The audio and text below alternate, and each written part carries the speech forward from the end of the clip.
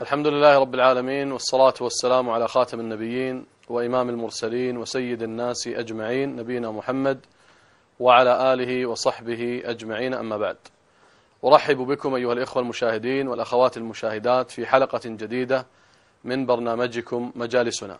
هذا البرنامج الذي نعرض في كل حلقة من حلقاته قضية من القضايا أو مشكلة من المشاكل التي تبحث عن علاج وحل. وهذه القضية التي سنطرحها اليوم قضية تهم الجميع، تهم الكبار والصغار، الرجال والنساء، قضية العصر. أعني بها قضية عدم استغلال كثير من الناس لأوقاتهم فيما يعود عليهم بالنفع.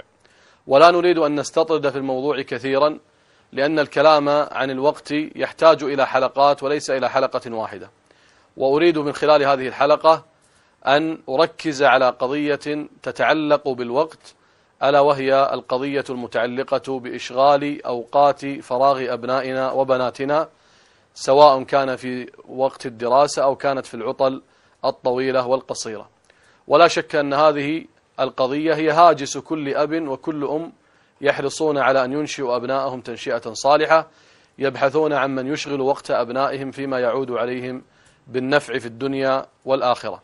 وفي هذه الليلة وفي هذه الحلقة نعرض لهذه القضية من خلال الحوار، نحاول أن نركز على هذه القضية، نذكر أبعادها وأسبابها ونتصورها، ثم نختم كعادتنا في كل حلقة الكلام حول العلاج، أو كذلك نسهل هذا العلاج والحلول لكثير من أولياء الأمور والآباء والأمهات لأجل أن يرشدوا أبنائهم ويوجهونهم توجيها صحيحا.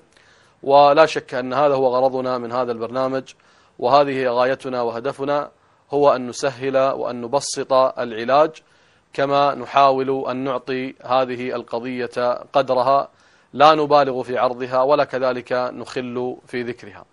أرحب في بداية هذه الحلقة بالإخوة الحضور، وأرحب بصاحب الديوان الأخ مساعد جزاه الله خير أبو راشد، وأسأل الله عز وجل أن يكون هذا اللقاء لقاء خير وبركة، وأن يكون هذا اللقاء نافعا لنا جميعا، كما أسأله سبحانه وتعالى أن نكون وإياكم دعاة هدى ودعاة خير، لأن النبي صلى الله عليه وسلم يقول: من دعا إلى هدى فله من الأجر مثل أجور من تبعه.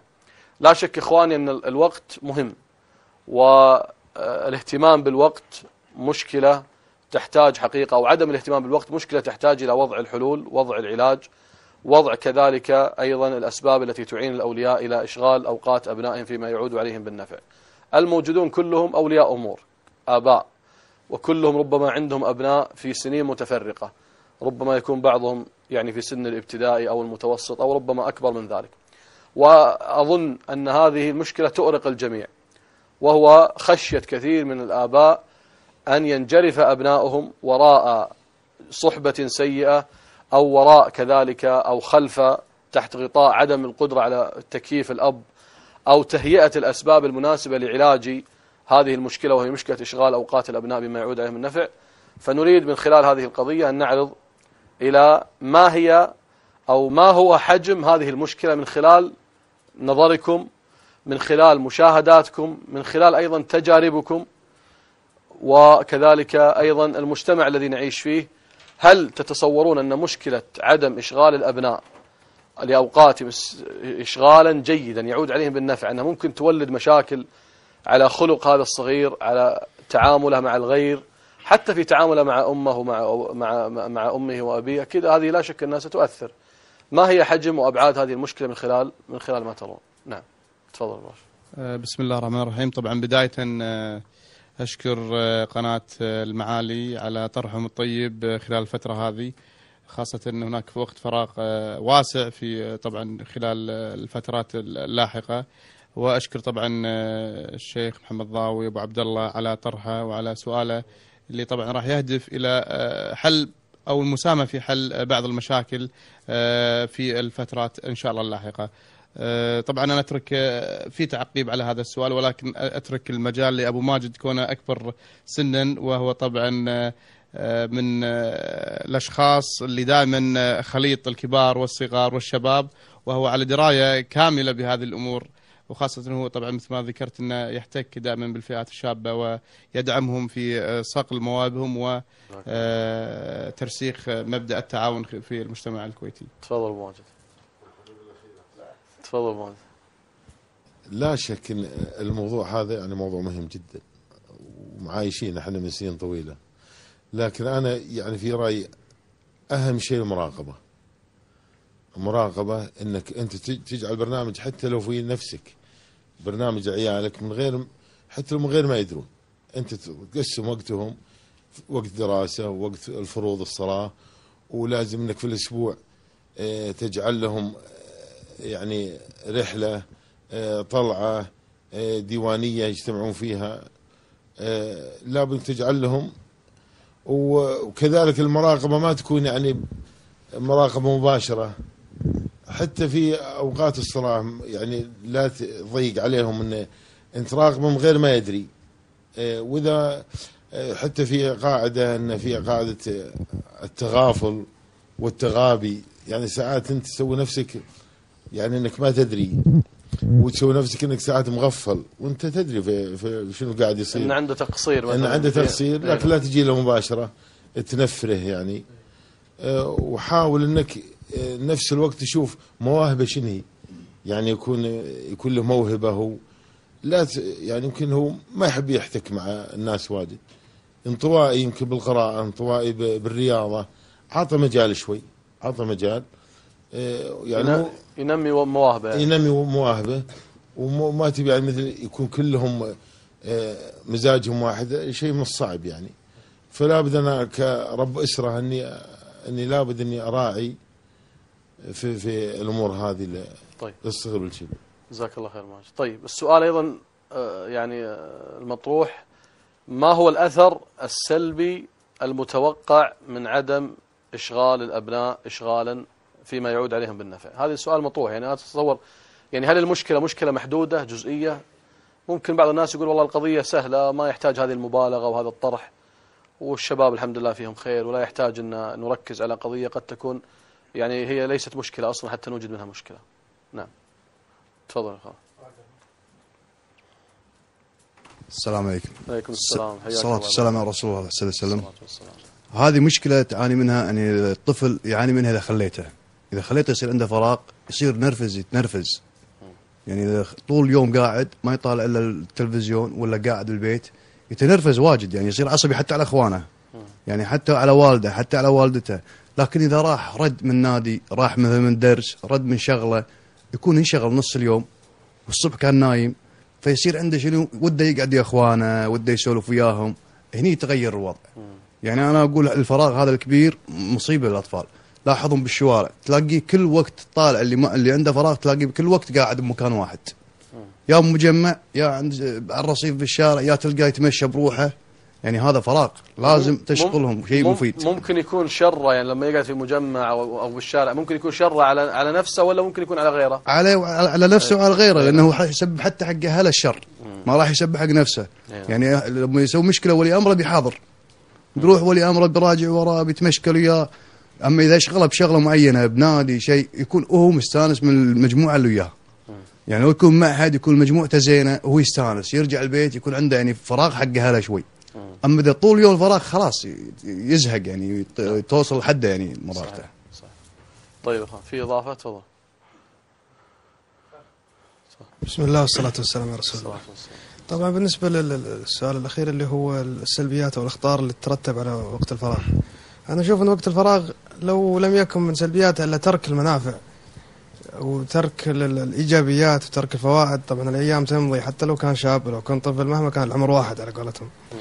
فلو لم يكن من الفراغ سلبيات الفراغ الا ترك المنفعه دنيويه او اخرويه كافي بها، يعني تثبت انها سلبيه بحد ذاتها كلها الفراغ. طبعا المراقبه مثل ما تذكر اخونا الكبير ان المراقبه طبعا لازم تكون ايضا جداول منظمه من الوالدين في اشغال الفراغ مهما كان الشاب او الطفل، يعني لا يعي اهميه الوقت مثل الوالد او الوالده. كذلك التحاق مثلا في النوادي، الحمد لله في بلدنا فيه النوادي الكثيره، وفيه ايضا طبعا احنا من كثر ما ننتقد او من كثر ما نلاحظ ملاحظات على الاداره قمنا ما نشوف الا السلبيات. مثلا في وزارة الأوقاف قامت في أنشطة ودورات فقهية وشرعية من أعظم ومن أروع ما يكون في المنطقة وعلى مدار السنة. وطبعا هذا لا يكون في وقت العطلات فقط، أتمنى يكون على مدار السنة. طبعا ما أتمنى من وزارة الأوقاف، أيضا من الآباء، بعضهم يخاف على التحصيل العلمي لأبنائه فيحصر هذه الأنشطة في الصيف فقط، مع أن أكبر الإحصائيات تقول أن يلتحقون في حفظ القرآن أو في الدورات الشرعية هم من أعلى الناس تحصيلا في المدارس يعني، وتنمي عنده قدرته على نعم. فأنا أقول توجيه الآباء وتكثيف الأنشطة وأيضا نشر الوعي مثل هالبرنامج هذا مفيد جدا في موضوع الفراغ. أحسنت. طيب يا إخوان، إذن جزاكم الله خير. يعني جرنا الأخ جزاه خير إلى جزئية مهمة جدا، وهذه لعلي أجعلها في آخر الحلقة، اللي هي قضية يعني دور الأب أو من دور الأب والأم هو وضع جدول لأبنائه. الابن أحيانا ممكن ما يعي قيمة الوقت ولا يعرف أيضا قدر الزمن، وممكن ما ينتبه لهذا إلا لما يكبر سنه. ولذلك يعني من المهم جدا مثل ما ذكر الأخ وضع جدول زمني، حتى لو كان يعني جدول يومي، السبت تسوي، الأحد تسوي، الاثنين تسوي، هذه لعلنا نجعلها في العلاج. السؤال المطروح أيضا، وهناك أيضا اتهام من النساء للرجال، من الأمهات للآباء، بأن مسؤولية يعني عدم القدرة على يعني استيعاب وقت الطفل ويعني جعله ينتفع بوقته هي مسؤولية الأب نفسه. والأم تقول بعض الأمهات تقول بأن الرجل يحمل المرأة دائما مسؤولية الخلل لو حصل في تربية الأبناء، لو حصل سوء في خلقه وسلوكه مثل ما ذكر أخونا أبو عبد الله، لو حصلت مشكلة يمكن أيضا تحمل هذا الأمر للمرأة الرجل، رغم أنه ربما قد يكون أكثر وقته خارج البيت. ولذلك نجد أن هناك عزلة بين الأبوين، الأم ربما تربي وحدها في بعض الأسر، وقد يربي الأب وحده، فيحصل نوع من الفجوة بين الأب والأم في علاج الطفل. هل هذا الاتهام صحيح؟ هل هذا الاتهام في محله؟ هذا السؤال مطروح، وسنعرض أو سنبحث عن الإجابة بعد هذا الفاصل إن شاء الله تعالى. مجالسنا مع الأحباب تجمعنا، وفيها الود والأخبار تسعدنا، دواوين الكويت اليوم فيها الخير، وذكرى الأمس والآمال تفرحنا. مجالسنا مع الأحباب تجمعنا، وفيها الود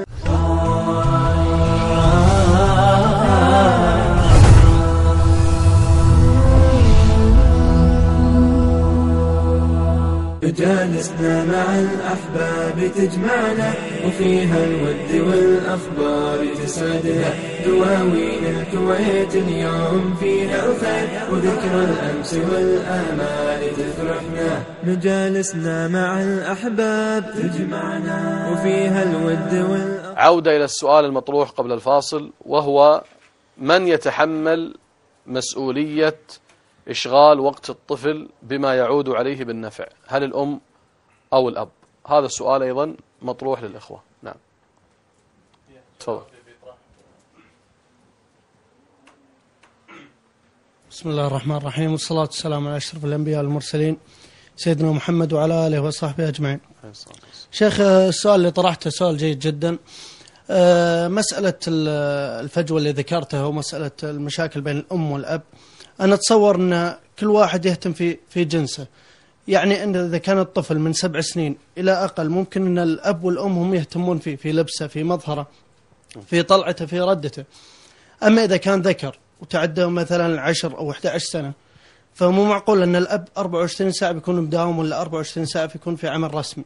أكيد أنه يبي يروح دوانية، يأخذ الولد وياه، يلبس الغترة والعقال ويخليه يروح ويتعلم كيف يعاشر الناس وكيف يقعد معاهم. أيضا نفس الوقت مع البنت إذا كبرت شوي تروح ويا أمها ولا ويا خالتها ولا ويا عمتها، تروح تشوف مجالس النساء المحافظات اللي يقعدون في بيوتهم ويتكلمون كلام يرضى الله عز وجل. فذلك أنا أشوف أن الأب هو يتحمل الذكور والأم هي اللي تتحمل النساء. هذا اللي أشوفه صراحة. في جميع الأعمار أو أنت فرقت؟ أو لا، أنا قلت الأعمار اللي يعتبر من الطفولة، اللي من 7 سنين وأقل، هذا يعني ما هو فاهم شيء كثير. بس انه من 10 سنين مثلا او 8 سنين اذا كان طفل فاهم، 10 سنين 11 سنه ممكن يكون يفهم ويتعلم على طول يعني. أحسنت. الله يسلمك. طيب إضافة. بسم الله والصلاة والسلام على رسول الله. أنا بالنسبة لي مسؤولية الأب ولا الأم مسؤولية حتى الزواج، من العمر يوم حتى نهاية الزواج. زواج الابن، زواج الابن والبنت أو البنت. لأن في النهاية حتى البنت لما تتزوج راح ترجع لأمها ولأبوها.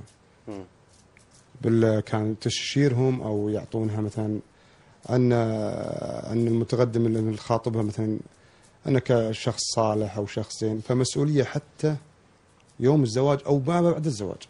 طيب. وفي مسؤولية ثانية اللي شغلة اللي تكون عند الأب دائما، هي جزئية من الموضوع هذا، أن الأب يحط بباله أنه موفر كل شيء بتوفير المال. أني شريت لكم، حطيت لكم، جبت لكم، وديتكم، سفرت لكم، بس ما يقعد، ما ياخذ يعطي، ما يعرف مشاكل، ما يقعد مع ولده ياخذ شوف شنو عنده، يصير صديق له. فعند الأمر هذا أنه وفر المال خلاص غطى كل شيء، أنه وفر لهم الأمور المادية والأمور الدنيا أنه خلاص غطى الأمور هذه كلها بالكامل، أنه غطى الالتزامات العائلية مع عياله مع الزوجة مع كل كان. فالنهاية لما تكون مسؤولية الزوج والزوجة إذا ما كان فيهم اثنينهم ملتزمين بالمسؤولية، الضياع راح يكون على الأولاد نفسهم. طيب إذا لابد الأبوين يحملون هم يعني تربية الطفل والعناية فيه. اي نعم. حتى لين الزواج أنا أقول. اي نعم. لين الزواج، لأن الأب الأول والآخر حتى الولد يبي يتزوج، الأم تبي تروح والأب يروح، هذا هم مسؤوليتهم تكون معاهم. طيب تفضل خان تفضل. أنا أشوف أبو عبد الله أن الأطفال الصغار مشتركة المسؤولية بين الأم والأب، لكن الأكبر يعني شوي يتحمل الأب أكثر مسؤولية من الأم.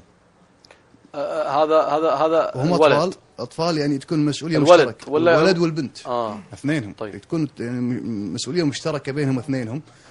الأم يكون شوي عليها أشد وهم صغار، أنه هو صغير أنت ما تقدر تتباريه، هو يكون يرتاح لأمه أكثر منك، لأنه يكون 24 ساعة معه البيت وهو صغير. لكن الأكبر وأنت تتحمل الجزء الأكبر من الأم. يعني الأكبر هو اللي بيقول لك شيء، بيطلعون بيروح، يكون معتمد عليك، يشوفك أنت أبوه يستند عليك، أنت ما يستند على أمه. بالكبر مسؤوليتك أكثر من الأم، هي تتحمل مسؤولية لكن بالكبر أنت أكثر. بس هذا اللي أشوفه أنا. طيب جزاك الله خير، أحسنت. طيب سؤال أنا ودي يعني أتوقع الجواب على السؤال استوعبناه، لكن عندنا سؤال أيضا مطروح اللي هي قضية أيضا مهمة جدا. طبعا الإخوان ذكروا أن الأب لابد أنه يخاوي الابن، لابد أنه يعتني فيه، لابد أنه يصاحبه، وهذا تجرنا إلى أثر عمر رضي الله عنه، يعني حينما قال لعب ولدك 7 اللي هو 7 سنوات، ثم قال بعد ذلك أدب ولدك 7، كم صار الآن 14، ثم قال بعدها وصاحب ولدك 7، يعني ما بين 14 إلى 21 هذا سن المصاحبة، سن تعليمها آداب الرجال، مجالس الرجال، وأحيانا حتى ربما لو حصل خطأ في مجلس الرجل أو الرجال ينبه الأب أن هذا ترى ليس كل كلمة تقال ترى أي نعم صحيح، أنت تكون هذه مسؤوليتك، أنت تعلم على أشياء صحيح.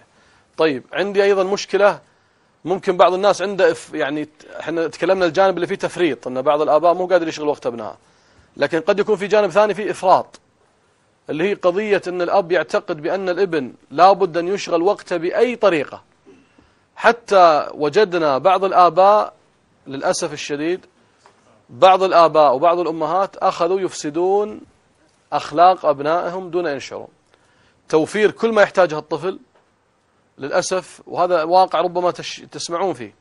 يعني هل قضية إغراق الأب في إشغال ابنه وقت ابنها، أو الأم في إشغال وقت بنتها، حتى لو على حساب أن تتعاطى أشياء قد تكون محرمة، بمعنى صورة ذلك أو أمر قد يكون بعيد عن المراقبة، تجلس البنت مثلا في غرفة مغلقة ولا يدري الأب ولا تدري الأم ماذا تصنع البنت داخل الغرفة، يوفر لها الإنترنت، يوفر لها التليفون، يوفر لها القنوات، وقد يكون أكثر ما تسمع أو ترى يعني قد تكون فيها أمور محرمة. الأب مرتاح أن البنت مشغلة وقتها، والأب أيضا مرتاح أن الولد مشغل وقتها في هذه الغرفة المغلقة الذي لا يعلم ماذا يدور فيها. هل هذا تصرف صحيح أو ليس كذلك؟ أنا أعتقد الجميع متفقين أن التصرف خاطئ، لكن أيضا نريد أن نركز على قضية الإفراط في قضية إشغال وقت الابن. نعم تفضل يا خالد. عندك شيء؟ تفضل. اشغال يعني أي قضية أن بعض الناس قد يغرق إلى أن يؤدي الأمر إلى أن يعني يرضى بأن يشغل الابن وقته بأي شيء حتى لو كان ضار في أي مجال يعني. في أي مجال لو كان ضار. أي نعم. بسم الله الرحمن الرحيم. طبعا هو ذكر زميلي قبل شوي أنه بخصوص تقسيم وقت أو تقسيم اليوم بحد ذاته. يعني أنا أعتقد أن الإنسان إذا قام بتقسيم وقته شخصيا من بداية حياته، يعني بداية احتكاكه مع الشباب أو احتكاكه بالعمل، تقسيم وقته في الحياة اليومية، أنا أعتقد راح يأثر تأثير إيجابي على أبناء في المراحل المتقدمة في عمر ابنه. من ناحية تقسيم الوقت، يمكن وقت الفراغ يأتي دائما يأتي بعد فترة الظهيرة أو بعد فترة بعد الساعة 9 مساء عند المجتمع الكويتي. ودائما وقت الفراغ أعتقد أن وجهة نظري كاحتكاكي مع الشباب الكويتي، أعتقد أن وقت الفراغ دائما يعاني من الشخص من 5 إلى الساعة 8 مساء نوعا ما في يعني أغلب الشباب داخل الكويت. كذلك من الساعة تقريبا 10 للساعة 1 مساء، وتكثر هذه المدة طبعا في فترة الصيف. أنا أعتقد وقت الفراغ هذا لو يتم شغل وقت فقط محدود للأبناء، يعني مثلا يتم تقسيم الأبناء يمكن خلال فترة الأسبوع 2 أو 3 ساعات في الأسبوع، أعتقد أنه كافي. والإفراط مثل ما ذكرت يمكن في إشغال الأبناء في بعض الأمور الغير صحية أو السلبية أكيد راح تؤدي إلى مساوئ أكثر من ناحية تفكير الأب أو الأم أنها تشغل وقت فراغها، والهدف من إشغال وقت الفراغ. فهو نفس الشيء السؤال ذكرت أن إشغال وقت الفراغ لابد أن يكون في شيء إيجابي ولا شيء سلبي. وليس المعنى أن يمكن الهدف اليوم الحلقة اللي هي إشغال وقت الفراغ لابد أن نضيف عليها كلمات بسيطة اللي هي شغل وقت الفراغ في أشياء إيجابية، وليس الهدف إشغال الفراغ فقط لا غير. يعني المعنى أن يتم يعني إشغال وقت الفراغ في شيء إيجابي وليس سلبي. إيجابي ومع المراقبة أيضا. نعم أكيد. يعني طيب يا أخوان، هل تشعرون، سؤال أيضا مطروح، هل تشعرون بأن المؤسسات الحكومية أو اللجان الدعوية أو اللجان الخيرية أو المؤسسات الأهلية هل قامت بدورها من ناحية إشغال أوقات الفراغ؟ يعني أنا أضرب مثال، مثلا في بعض الدول مثل السعودية على سبيل المثال، المدارس نفسها الحكومية في فترة الصيف بعد ما تنتهي فترة الدراسة على سبيل المثال تتحول مباشرة إلى مراكز صيفية، مو بس مدرسة واحدة في منطقة، وإنما جميع المدارس قد تستغلها بعض اللجان الخيرية مثلا هي تديرها، لأن قد تكون الدولة غير قادرة على إدارة فترة الصيف. وهذه لا شك أنها أنا أتصور أنها راح تقضي على كثير من المشاكل. نعم تفضل. عندنا في كل منطقة مركز وفي مدرسة. إيه؟ في أكثر المناطق في مركز ومدرسة، لأن يعني العدد ما يسمح أن نفتح كل المراكز، بس إيه؟ إحنا الدعاية تنقصنا. يعني الدعاية تنقصنا. قصدك أن وزارة التربية عندها الإمكانيات كلها، وزارة الأوقاف تدعمها، لكن تنقص الدعاية. يعني الحين تقول المركز العرضية 3/4 ما حد يدله. يعني لو تحط لوحات بالشارع إرشادية ممكن يدلونا، لكن ما في، تنقص الدعاية ولا متوفر كل شيء. يعني كافي لو مدرسة في كل منطقة تشيل العدد. تقصد ان الاعلام عنده تقصير في ايصال؟ الاعلام من ناحيه انه في نوادي او في معاهد او في شغله ضعيف، ما في انشار لها. طيب ولا يدلونا يعني. طيب الان يا اخوان كلكم عندكم ابناء، يعني اظن الجميع يعني عنده ابناء. الان لو سالتكم سؤال، اين توجهون ابنائكم؟ يعني ايش الاماكن اللي تشعر بان ممكن الطفل يستفيد من خلالها؟ احنا ما نتكلم عن طفل بمعنى سن صغير، قد يكون كبير، قد يكون في سن الثانوية، في سن حتى الجامعة. ايش ممكن هذا الابن او هذه البنت ممكن توجهها إلى أن يستغل وقت استغلال نافع؟ هذا سؤال هذا سؤال مطروح يعني. تفضل. بسم الله الرحمن الرحيم، والصلاة والسلام على سيدنا محمد ومن تبعه بإحسان يوم الدين. أشكر الشيخ محمد ضاوب عبد الله على ما قدمت، وكما أشكر إخواننا القائمين على البرنامج، والشكر موصول للأخ مساعد عنزي أبو راشد صاحب الديوانية. ما في شك الموضوع موضوع جميل جدا ويهم كل أسرة كويتية وكل رب أسرة، طبعا ما في شك. الموضوع واسع جدا، ولو تكلمنا فيه يمكن ناخذ أوقات كثيرة أو ساعات عديدة، لكن احنا راح نتكلم مثلا في جزئيه معينه او نرد على ما تفضلت من سؤال ابو عبد الله ونعطي مجال لاخواننا. ما في شك توجيه الابناء في البرامج مهم جدا. الوالدين يتحملون المسؤوليه. احنا يمكن نرجع شويه ابو عبد الله ما عليه سؤال يمكن سابق، لكن الحديث طويل يعني ما في ان شاء الله ما خرجنا عنه. الرغابه تكون مشتركه بين الاب وبين الام. في رغابه داخليه وفي رغابه خارجيه، واللي يقصد بالرغابه الداخليه والخارجيه داخل المنزل وخارج المنزل. يعني ممكن الاب او الوالد متواجد اكثر اوقات في خارج المنزل، فالمسؤوليه تقع في هذا الوقت على الوالده او على الام. يعني ايضا تكون مسؤوليه يعني يتحملها مثلا الاب عندما مثلا يخرج مثلا او اولاده معه مثلا في اي مكان، يعني كان هو تكون يعني الرغابه هذه. لكن لابد ان يكون هناك تواصل بين الزوج والزوجه. يعني ممكن البنت الصغيره ممكن تتعرض لسلوك معين في احدى المدارس او في البيت او يعني عند زياره اي اسره ثانيه. إذا ما يكون هناك تواصل وعرض الموضوع وحل الموضوع والمشكلة في نفس الوقت، ممكن يعني يصبح لدى البنت أو لدى الولد انطباع أن الموضوع هذا موضوع عادي، بالرغم أنه موضوع سلبي لابد علاجه في نفس الوقت أو نفس اللحظة.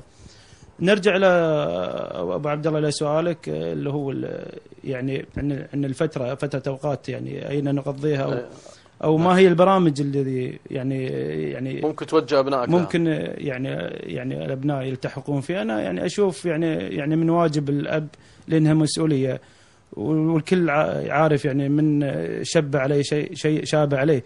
نعم. يعني التربية منذ الصغر مهمة جدا، والتربية يعني يعتقد كثير من الآباء أنها تربية يعني سهلة جدا.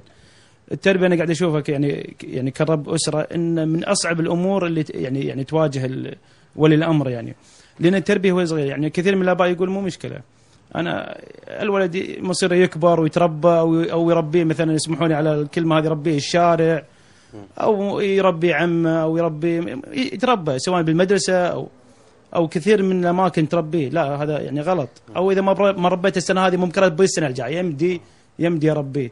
هذا كلام طبعا مرفوض جدا. ممكن هذا الكلام ممكن يكون مقبول، أتصور لما كانت المغريات قليلة. نعم. في الأزمان القديمة. نعم، هناك بعض الأخلاقيات لا يمكن الطفل يتجاوزها ويتعدى عليها.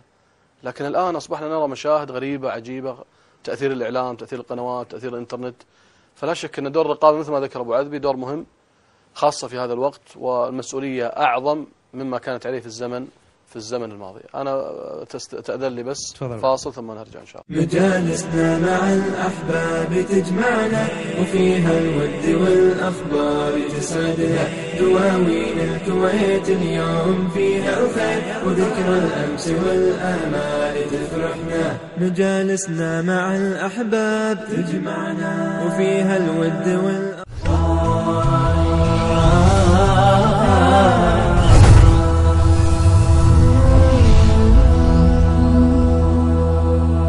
مجالسنا مع الأحباب تجمعنا، وفيها الود والأخبار تسعدنا، دواوين الكويت اليوم فيها الخير، وذكرى الأمس والآمال تفرحنا. مجالسنا مع الأحباب تجمعنا، وفيها الود والأخبار. عودة إلى ما طرحناه من يعني نقاط مهمة جدا، وقد أثر الحوار حقيقة، أو خرجنا ببعض يعني أعتقد الأسباب أو الصور التي أو العناصر التي ممكن أن تكون مشاركة في إيجاد هذه المشكلة. حتى نستكمل الموضوع، الكلام كان عند الأخ أبو يعني عذبي جزاه الله خير، وكان يركز على قضية مهمة، وهي قضية أن يعني لا يمكن أن يكون الأب بعيد عن ابنه، خاصة في هذا الوقت تحديدا الذي كثرت فيه المغريات، ولا يمكن يجعل مثل ما ذكر أن يجعل الشارع يربيه مثل ما يتصور بعض الناس. لا شك أن النتيجة ستكون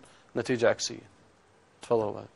أيضا نحب يعني نذكر أن يعني واجب على ولي الأمر اختيار يعني الأماكن أو البرامج اللي تعود على الابن بالفائدة الكثيرة. يعني مو معقول أنا أروح أشغل يعني وقت يعني أوقات أبنائي، يعني مثلا اوديهم مثلا، يعني كثير مثلا كل ما اروح السوق اخذت عيالي وقلت والله اوديهم اشغل اوقات مثلا فراغهم. كل ما رحت مثلا في اي نشاط اقول والله اشغل اوقات فراغ. ليه؟ الوقت هذا وقت ثمين جدا. انا يعني اتمنى من اولياء امور ان يشغلون اوقات فراغ ابنائهم، يعني حتى لو كانت يعني ساعه او ساعتين، هذا راح ترد عليهم بالفائده الكثيره.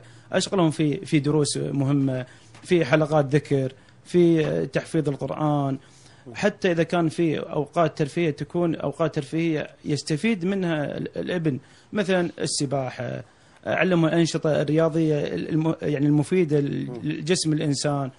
فركز دائما ملاكمة، لا نبتعد عن نبتعد عن الأمور هذه إن شاء الله. فدائما يعني نركز يعني في يعني أوقات يعني يستفيد الابن يعني منها. بالختام يعني التربية يعني تربية مو سهلة، تحتاج رغابة دائمة ومستمرة، سواء في السنة الأولى أو عندما يكبر الابن إلى أن يبلغ سن الرشد. يعني أنا أتوقع يعني أو أعتقد أن من السنة الأولى لسن الرشد هذا سن مهم جدا، لابد أن تكون الرغابة دقيقة ومستمرة يعني على مدار الوقت. يعني جزاك الله خير. تفضل. نعم تفضل محمد. بسم الله والصلاة والسلام على رسول الله. حبيت أنبه على نقطة مهمة، ألا وهي أولا قبلها استشعار المسؤولية من الوالدين، يعني بقدر ما يستشعرون المسؤولية الملقاة على عاتقهم نحو أبنائهم بقدر ما يكونون عند هذه المسؤولية. وأيضا إدراك حجم الخطر الذي يحدق بالأبناء في هذه الأيام، في زمن الانفتاح، في زمن كذا وكذا. النقطة اللي حبيت أنبه عليها أنه الولد أو الأبناء والبنات تتجاذبهم ثلاث يعني في المجتمع من جهة، والبيت من جهة، والمدرسة من جهة. وإذا تأملنا مثلا في قضية المجتمع لابد أن نركز على قضية الصحبة الصالحة، فندفع بأبنائنا إلى نختار لهم الأصدقاء الصالحين الذين يربونهم على الفضائل ويأخذون منهم الأخلاق الفاضلة والمكارم الأخلاق وكذا. وهذه النقطة الذي حبيت أن أنبه لها. جزاك الله خير. اسمح لي. تفضل.